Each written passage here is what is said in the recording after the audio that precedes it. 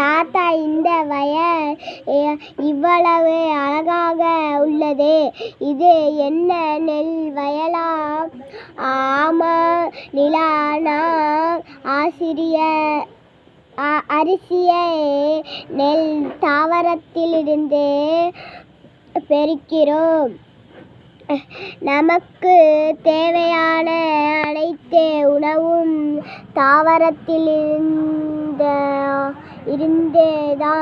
தாவரத்திலிருந்துதான் கிடைக்கிறது தாத்தா. ஆமாம், தாவரங்களே நம் உணவின் முதன்மை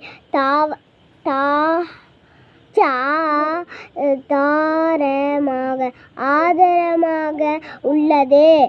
சில உணவுப் பொருட்களை விலங்குகளிடமிருந்தும் பெறுகிறோம்.